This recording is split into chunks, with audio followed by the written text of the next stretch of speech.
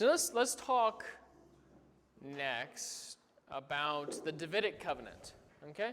So when you think Davidic Covenant, what text should come to mind? 2 Samuel 7. Good. Noahic Covenant, what text? Genesis 6 through 9. Genesis 6 through 9. Abrahamic Covenant, what should come to mind? 12, 15, 17. Good. Davidic Covenant, Mosaic Covenant, Sinai Covenant, 19, 20, and so on. But especially 19 and 20. Good. Sinai Covenant, 2 Samuel 7. I'm sorry. Davidic Covenant, 2 Samuel 7. Good. So let's look at the Sinai, you can tell it's almost done. Thursday. We have like an hour and a half left in class. I can feel it too. Good. I want you to look at 2 Samuel 7 and look for our 5 covenant indicators. Right. So we already noted the word covenant's not in 2 Samuel 7. The word covenant does not appear in 2 Samuel 7. However, our covenant indicators do.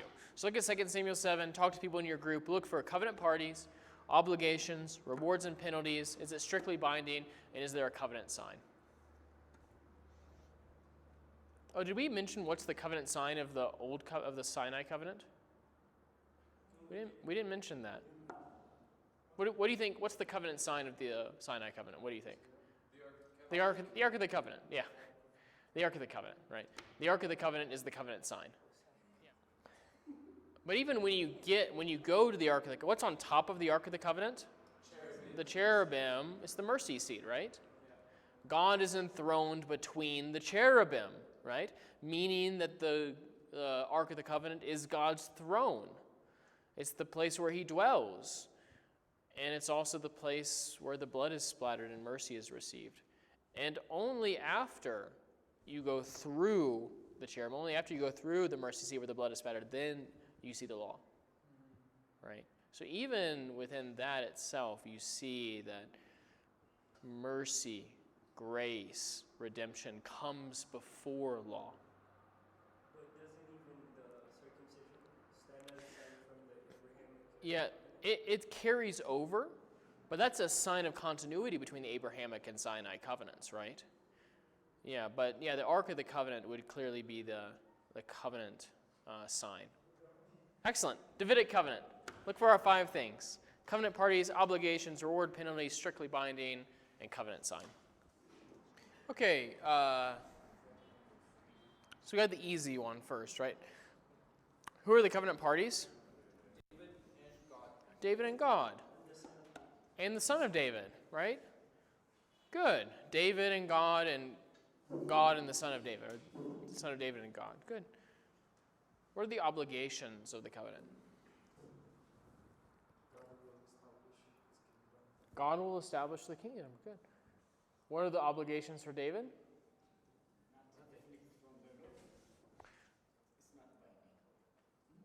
Say it again.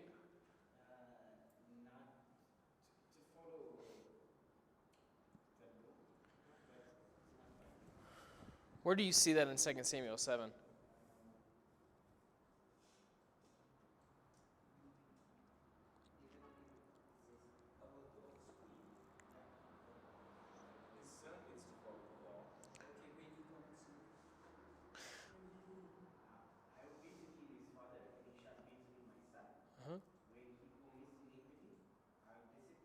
Uh-huh.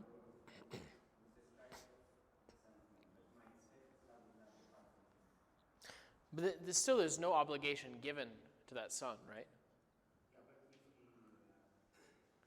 But he's not commanding the son to do something. What he's saying is how he will act towards the son when iniquity is committed. But he's not making an explicit command for the son to not commit iniquity. What he's doing, who's he contrasting this monarchy with? Saul, right? So Saul committed iniquity and the garments were torn, right? So your kingdom is torn from you, right? But of David, there will be a throne, there will be someone ruling from David's throne forever. Even if he commits iniquity. I'm not going to treat him like I treated Saul. I think we can say, because there's continuity between the Sinai covenant and the Davidic covenant, there are obligations for the king to rule with the law, to write the law yearly as was prescribed, I believe in Deuteronomy 17. However, 2 Samuel 7 does not give any explicit commands to David or any specific covenant obligations to David. God takes all the obligations upon himself, right? All the obligations are from God. God will make David an everlasting kingdom. Rewards and penalties. What are rewards and penalties? It does not assume that he must keep the commandment. But if he fails to keep. I'm saying it's implicit, right? It's not explicit, though. In the initiation of the covenant, God does not tell David, you must do this, and David does not say, yes, I will do it. We don't have a Exodus 19 moment where all the words of the Lord says we will do. We don't have that in 2 Samuel 7 is all I'm trying to say. What are the rewards and penalties, or are there any?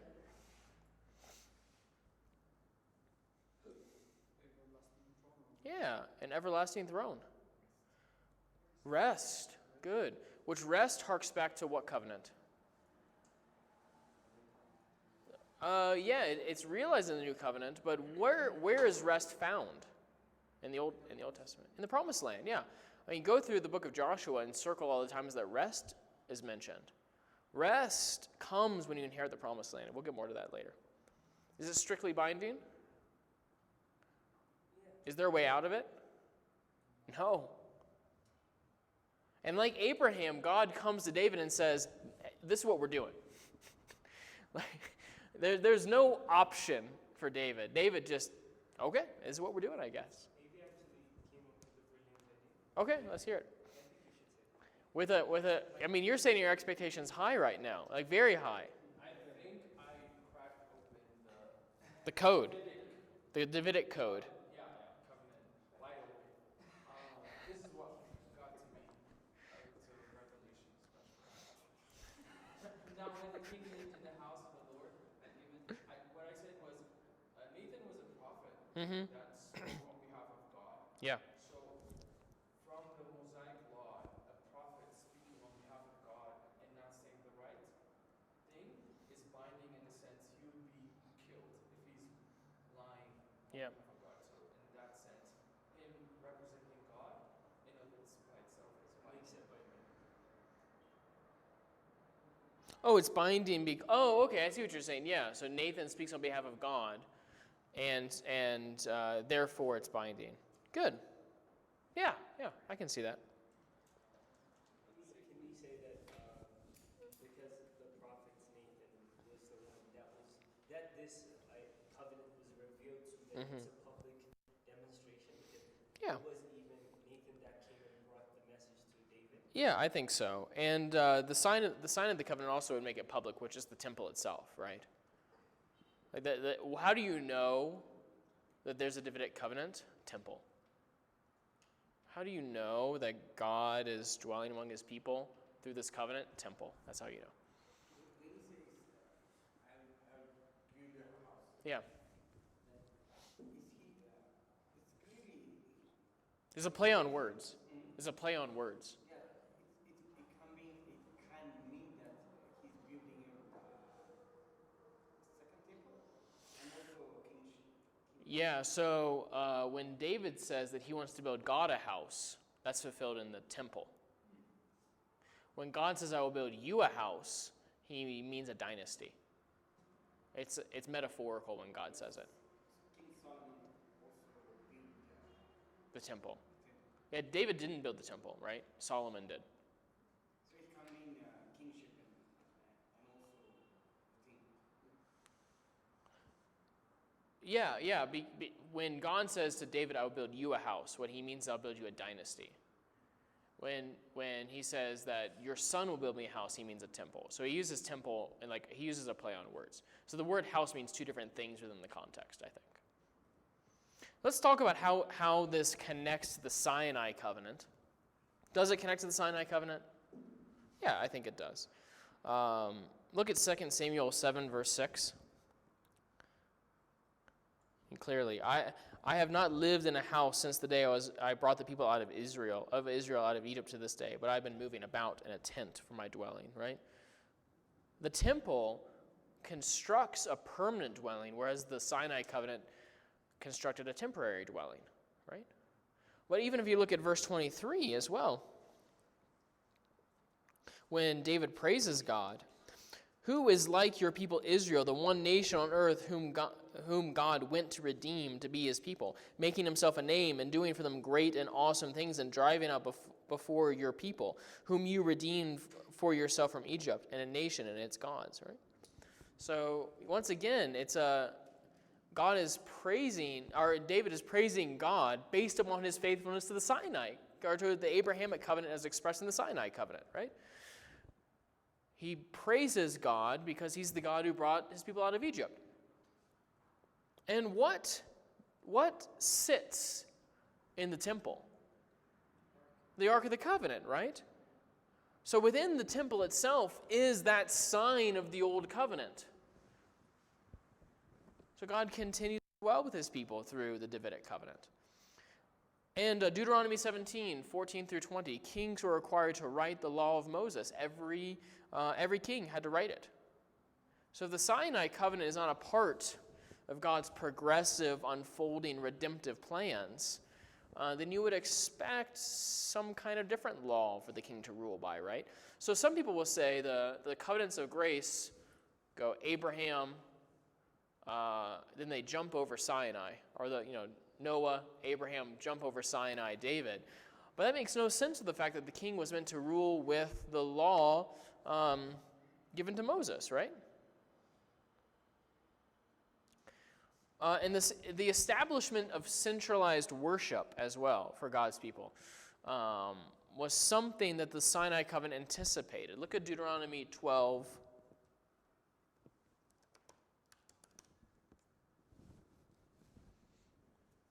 12:5 through 18. But you will not seek the place of the Lord your God will choose out of all the tribes to put his name and make his habitation there. There you shall go. And there you shall bring your burnt offerings and sacrifices, your tithes, your contribution that you present, your vows and offerings and free will offerings, and the firstborn of your herd and flock. And there you shall eat before the Lord your God, and you shall rejoice, you and your household, in all that you undertake, in which the Lord your God blesses you. You shall not do according to all that we are doing here today, everywhere doing whatever is right in his own eyes.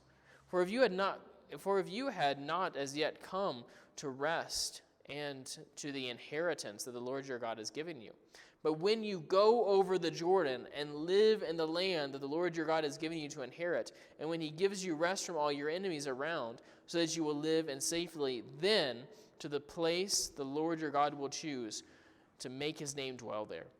You shall bring all that I command to you, burnt offerings and sacrifices, your tithes and contributions that you present, all your finest vows, offerings that you vow to the Lord. All right, so the Sinai covenant anticipated centralized worship in a temple. So David constructs a temple as a fulfillment of God's promises, and Moses' prophecy, right? And why were the people kicked out of the promised land? Do you remember? In exile. For unfaithfulness to what? The Davidic covenant? No. The Sinai covenant, right? So the Sinai covenant continues to be binding to the people, even under the Davidic administration. And remember when David danced before the ark as it's brought into the temple, right? Because he's rejoicing that the presence of God as seen in the Sinai covenant is experienced under his rule as well. Does that make sense? Yeah. Solomon's prayer after the day. Yes, Solomon's prayer. 2 Kings, are you looking at 2 Kings 7? Or 2 Kings 17?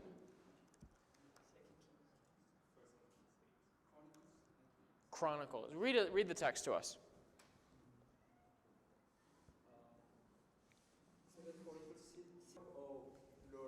O Lord God of Israel, servant David, my father, what you have promised, saying, you shall not lack a man to sit before me on the throne of Israel, if only your son paid close attention to their way, to walk in my laws as you have walked before me. Now therefore, O Lord, God of Israel, let your word be confirmed, which you have spoken to your servant David. So it implies that there was a law, and he should have to walk with God in his laws. Yeah, David was expected to do that. fantastic. That's exactly right. Yeah, so these are part of a single redemptive covenant. Or at least a single redemptive plan, if you're uncomfortable with the word covenant. Covenants of the promise. Good, what about the Abrahamic covenant? What happens when, in 1 Chronicles 16, when the ark is brought back? Why does David rejoice? Or on what basis does David rejoice? Oh, give thanks to the Lord, call upon his name, make known his deeds among the people. Sing to him, sing praise to him, tell of his wondrous works, glory in his holy name. And let the hearers of those who seek the Lord rejoice. Seek the Lord in his strength, seek his presence continually. Remember the wondrous works that he has done, his miracles and the judgments that he uttered. O offspring of Israel, servant of his servant, children of Jacob, his chosen one. He is the Lord our God. His judgments are in all the earth. Remember his covenant forever, the word that he commanded for 1,000 generations, the covenant that he made with Abraham. So he rejoices in the Abrahamic covenant when the Ark of the Covenant is brought into the temple, which makes no sense unless you see these covenants as part of one overarching purpose of redemption of God. When God brings the Ark of the Covenant into the temple, he worships God for fulfilling the Abrahamic covenant. But there's even hints, I think, here of the Sinai covenant as well, aren't there?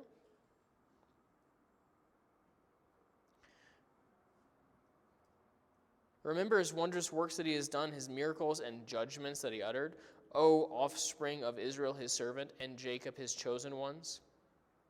This might be referencing the Exodus. Might be. But it's most explicitly referencing the Abrahamic covenant.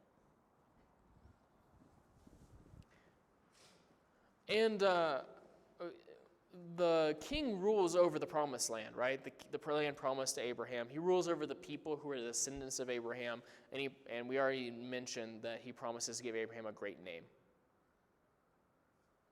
Now, a couple interesting observations. Look at Psalm 78. Continuing the discussion of the relationship between this covenant and the other ones. Psalm 78. Actually, go ahead and read Psalm 78 and ask, how does the Davidic Covenant play into Psalm 78? Okay, and especially with how it plays with other covenants. Psalm 78. The whole thing? Yeah, just go read it. Talk to your friend about it. So especially verses, understand what's going on in the whole psalm, but especially verses 67 through the end. Yeah, especially 67 through the end of the chapter. But understand what's going on before that and talk to your groups about it. So what's the problem of Psalm 78? What's the problem?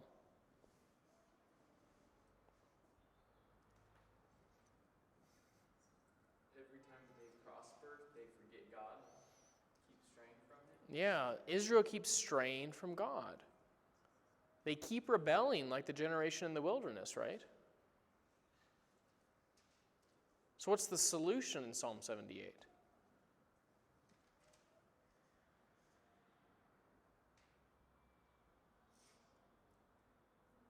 Where does that pattern end?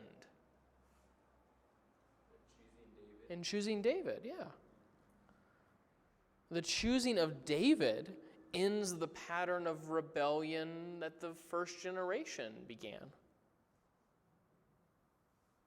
so that with upright heart he shepherds them. He guides them with skillful hand.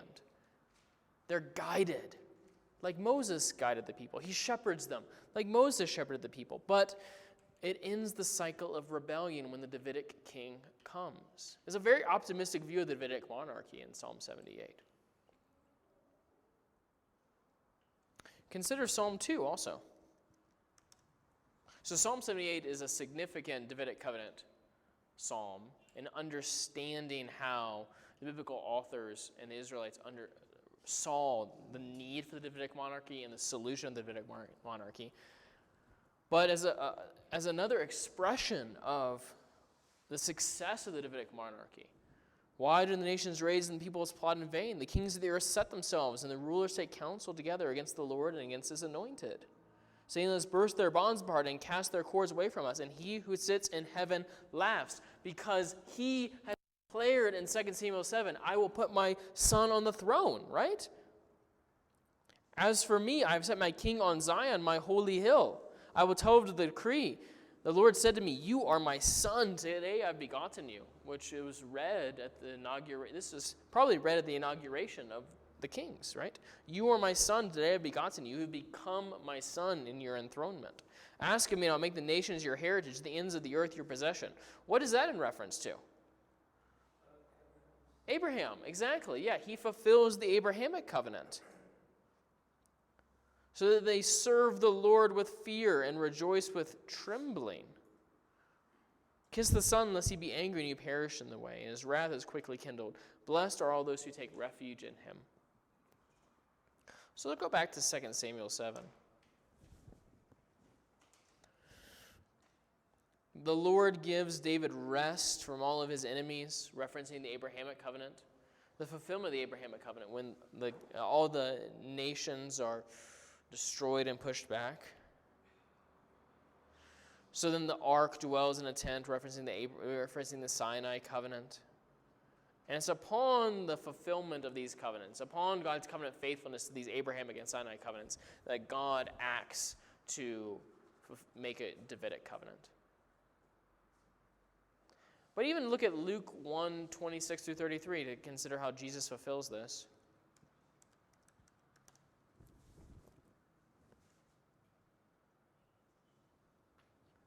In the 6th month, the angel Gabriel was sent from God to a city of Galilee named Nazareth, to a virgin betrothed to a man whose name was Joseph, for the house of David. And the virgin's name was Mary. And he came and said to her, greetings, O favored one, the Lord is with you. But she was greatly troubled at the saying, and tried to discern what sort of greeting this might be. And the angel said to her, do not be afraid, Mary, for you have found favor with God. And behold, you will conceive in your womb and bear a son, and call his name Jesus. He will be great. Referencing, I think, Davidic covenants in here. I'll make his name great. He will be called Son of the Most High. And then it becomes most explicit. And the Lord will give to him the throne of his father David. And he will reign over the house of Jacob forever. And of his kingdom there will be no end. When Jesus comes, he fulfills this Davidic covenant. Look at Amos 9 also. Verse 11. This is talking about the people coming back from exile and experiencing the fullness of the Davidic monarchy. In those days I will rise up the fallen booth that has fallen and repair its branches and raise up its ruins and rebuild it as days of old, that they may possess the remnant of Edom. And all the nations who are called by my name, declares the Lord who does this. Behold, the days are coming, declares the Lord, when the plowman shall overtake the reaper, and the treader of grapes him who sows seed. The mountain will drip with sweet wine, and the hills shall flow from it. And I will restore the fortunes of my people Israel. They shall rebuild the ruined cities and inhabit them. They shall plant vineyards and drink their wine, and they shall make gardens and eat their fruit. I will plant them in their land, and they shall never again be uprooted out of the land that I have given to them, says the Lord your God. When is this fulfilled? Do we have an explicit text which says that this has been fulfilled?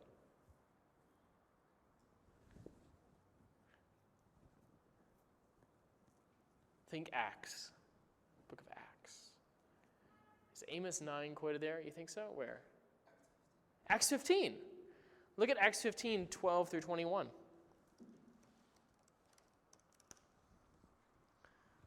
This is the Jerusalem Council, right? They're deciding how are Jews and Gentiles going to get along in the new covenant. And this is what if you're going to quote a verse about Jews and Gentiles getting along in the new covenant and why we should accept Gentiles into the new covenant, would you quote Amos 9? Probably not. But that's what they do. Look at this. And all the assembly fell silent, and they listened to Barnabas and Paul as they relayed to them the signs and wonders God had done through them among the Gentiles. Signs and wonders, where do we first see signs and wonders in the Bible story? Exodus. Yeah, it's a reference to Exodus. Yes. Yeah, the Exodus. That's right. So when the signs and wonders are mentioned even in Acts 2, I think the Exodus is in mind. So God is doing signs and wonders not just in Israel. God is doing signs and wonders among the Gentiles. And he's doing it outside of the promised land. Right? That's significant in Acts, is that God acts outside of the promised land. After they finished speaking, James replied, "Brothers, listen to me. Simon has relayed how God first visited the Gentiles to take from them a people for his name. And with this word, the prophets agree. Just as has been written." How do you know the Gentiles are part of the new covenant? After this I will return, and I will rebuild the tent of David that has fallen. I will rebuild its ruins, and I will restore it, that the remnant of mankind may seek the Lord, and all the Gentiles who are called by my name, says the Lord, who makes these things known from old. Therefore, my judgment is that we should not trouble these Gentiles who turn to God. What's he saying there?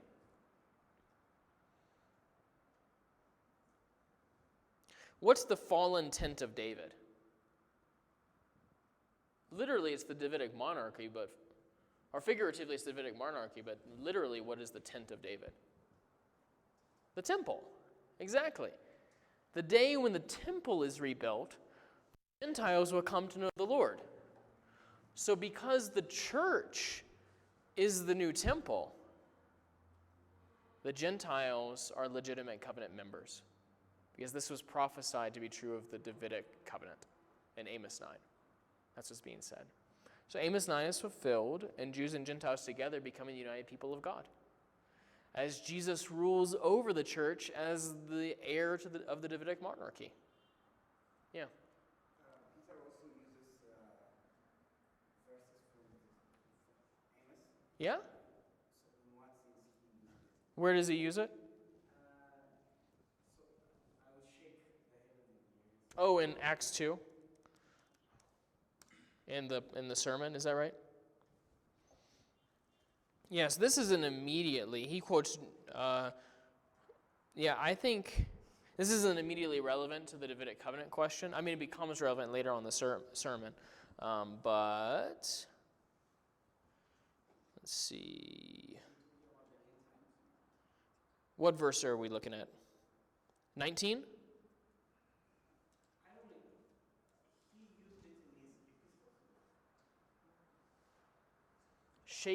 So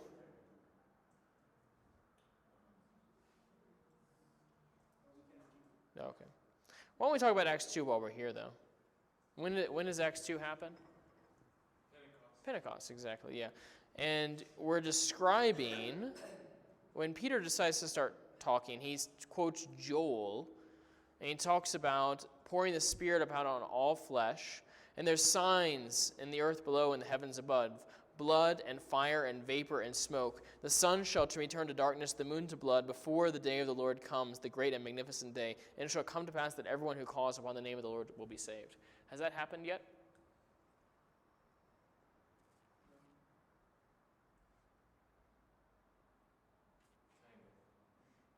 The sun hasn't, the moon hasn't turned to blood. Has it not? The day has come. When Christ died? Maybe. I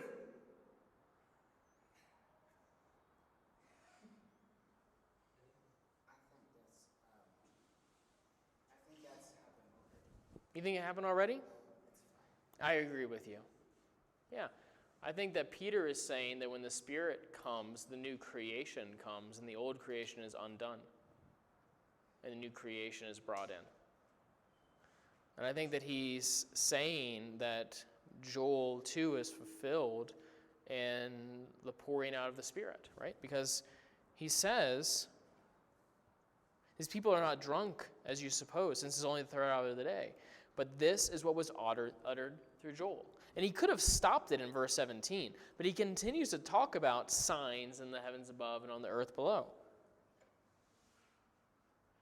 I think he's saying that when the Spirit comes, the old creation is done away and the new creation comes.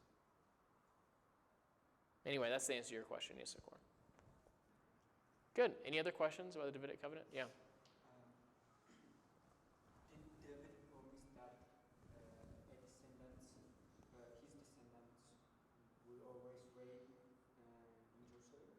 And if the case is that, then how do you see after the exile? Did God fail to keep his promises? Yeah, I don't think so. I think there's an increasing awareness of God's people that there's going to be an ultimate son of David who comes. And that gets into our new covenant question also, right? Because people go into exile, and when they go into exile, we got some serious problems with how we think about our standing before God and how this Davidic covenant functions, right? Especially because it seems like, straightforward reading the text, that there's always going to be someone in Jerusalem, right? But now we're exiled. Now God's presence has left the temple. We're not in the promised land. We don't experience the rest. We have failed. We have broken the Sinai covenant. What are we going to do? And has God been unfaithful? Which is still a question at the time of Paul, right? And Romans 9 through 11 isn't written entirely to answer the question, has God been unfaithful to his covenant to Israel? So let's go ahead and take a break. And I want to go off of your question as we transition to our new covenant conversation.